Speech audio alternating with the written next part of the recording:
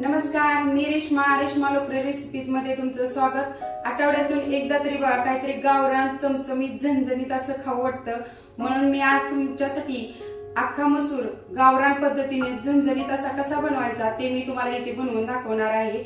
यामध्ये आपल्याला कोणतेही वाटण बनवायची गरज नाही। चला तर वेळ न घालवता रेसिपीला सुरुवात करूया। इथे मी मध्यम आकाराच्या वाटीने 1 वाटी अख्खा मसूर घेतला आहे। तो स्वच्छ धुवून अर्धा तास असा भिजवून घेतलेला आहे। इकडे मी 2 मध्यम आकाराचे कांदे असे एकदम बारीक चिरून घ्यायचे आणि इकडं मध्यम आकाराचा 1 टोमॅटो तो देखील एकदम बारीक चिरून घ्यायचा आहे। इकडे मी फोडणीसाठी तेल, मोहरी, जिरं, 7 ते 8 कढीपत्त्याची पाने, पाव चमचा हळद, अगदी थोडासा हिंग, 1 चमचा बेडगी मिरची पावडर, 1 चमचा गरम मसाला, 1 चमचा धने पावडर, 1 चमचा काळा तिखट मसाला, इकडे 1 चमचा आलं लसूण आणि 2 हिरव्या मिरच्यांची पेस्ट बनवून घेतलेली आहे। थोडीशी बारीक चिरलेली कोथिंबीर आणि चवीनुसार मीठ। अगोदर आपण कुकर मध्ये हा अख्खा मसूर थोडासा शिजवून घेणार आहे, त्यामुळे काय होतं आपली भाजी पटकन तयार होते। आणि याची अगदी एकच शिट्टी करायची, एकापेक्षा जास्त शिट्टी करू नका, नाहीतर तो जास्त शिजतो। आणि पाणी देखील मसूर भिजेल इतकंच पाणी घालायचं आहे, जास्त पाणी घालायचं नाही। आणि यात थोडंसं मीठ टाकायचं, तुम्हाला आवडत असेल तर हळद देखील शिजताना तुम्ही घालू शकता। आणि यात आपल्याला ह्याची एक शिट्टी करून घ्यायची। आणि हे बघा कुकरच्या एका शिट्टीमध्ये हा मसूर एकदम छान मऊ शिजलेला आहे। इथे एक छोटीशी टिप सांगते, जर अचानक पाहुणे आले आणि तुम्हाला अख्खा मसूर बनवायचा असेल आणि तुम्ही तो भिजवलेला नसेल तर काय करायचं, तुम्ही तो स्वच्छ 2-3 पाण्याने धुवायचा आणि कुकरला लावायचा। त्यावेळेस मात्र तुम्ही त्याच्या 3-4 शिट्ट्या करून घ्यायच्या, म्हणजे तो न भिजवता देखील छान मऊ शिजतो। पण त्यावेळेस तुम्ही त्याच्या 3 ते 4 शिट्ट्या करून घ्या। चला आता आपण ह्याला फोडणी घालूया। फोडणीसाठी गॅसवर कढई ठेवली आहे, त्याच्यामध्ये आता आपण तेल घालूया। तेल गरम झाल्यानंतर त्याच्यामध्ये मोहरी छान तडतडली की जिरे घालून घ्यायचं। त्याच्यानंतर हळद हिंग घालायचा।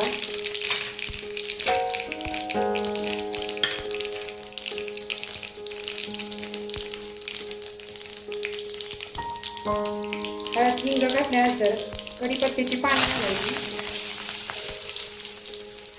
त्यानंतर ही आलं लसणाची पेस्ट थोडीशी परतून घ्यायची।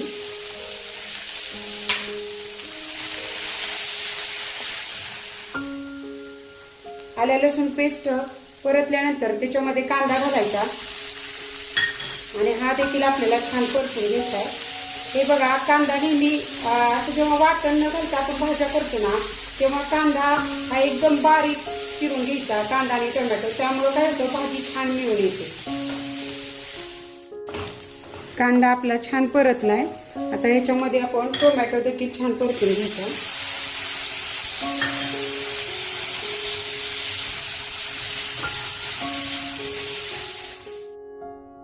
आपला टोमॅटो देखील आता छान परतून झालाय।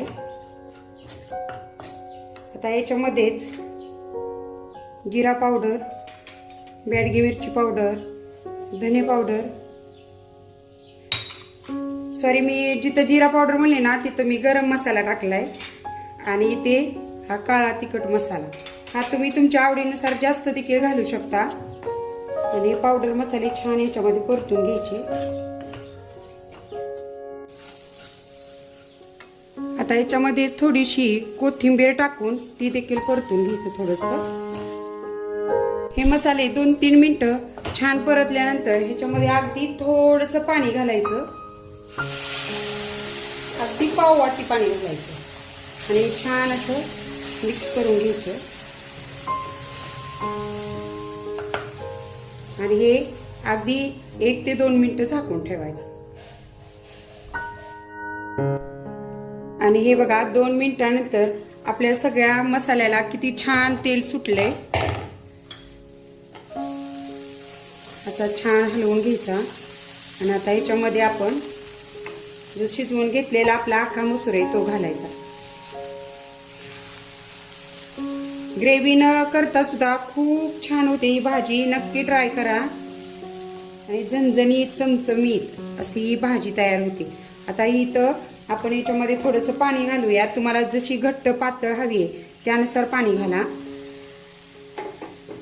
ही बऱ्यापैकी पाणी घातले, कारण थंड झाल्यावर जसं जसं थंड होईल तशी ही भाजी खूप घट्ट होते. मी साधारणतः 2 ते 2.5 वाटी पाणी घातलेलं आहे.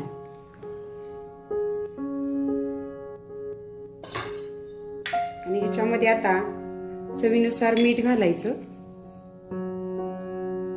आणि मीठ छान मिक्स करून घेऊया. आणि आता याला आपण फुल गॅसवरती उकळी आणूया अगोदर. आणि इथं मी जे भाजीसाठी पाणी वापरलंय ते मी कोमट पाणी घेतलं होतं. आणि कोमट पाणी वापरल्यामुळे अगदी 1 मिनिटात त्याला उकळी आलीये. आता हा आपण असं झाकून ठेवूया. 5 मिनिटं मी ह्याला असं वाफ देऊन घेतलीये, उकळून घेतलाय हा छान. आणि हा बघा असा आपला छान असा दाटसर बघा ग्रेव्ही न घालता सुद्धा हा छान असा आपला अख्खा झणझणीत आणि चमचमीत असा अख्खा मसूर तयार झाला आहे. हा तुम्ही ऑफिसच्या डब्याला देखील देऊ शकता किंवा घरी पाहुणे आल्यावर देखील करू शकता, किंवा तुम्हाला जर असं काय गावरान पद्धतीने झणझणीत चमचमीत खायचं असेल तेव्हा देखील तुम्ही हा करू शकता. असा हा आपला अख्खा मसूर तयार झाला आहे. असा हा चमचमीत गावरान झणझणीत असा अख्खा मसूर तुम्ही गरम चपाती गरम भाताबरोबर देखील खाऊ शकता.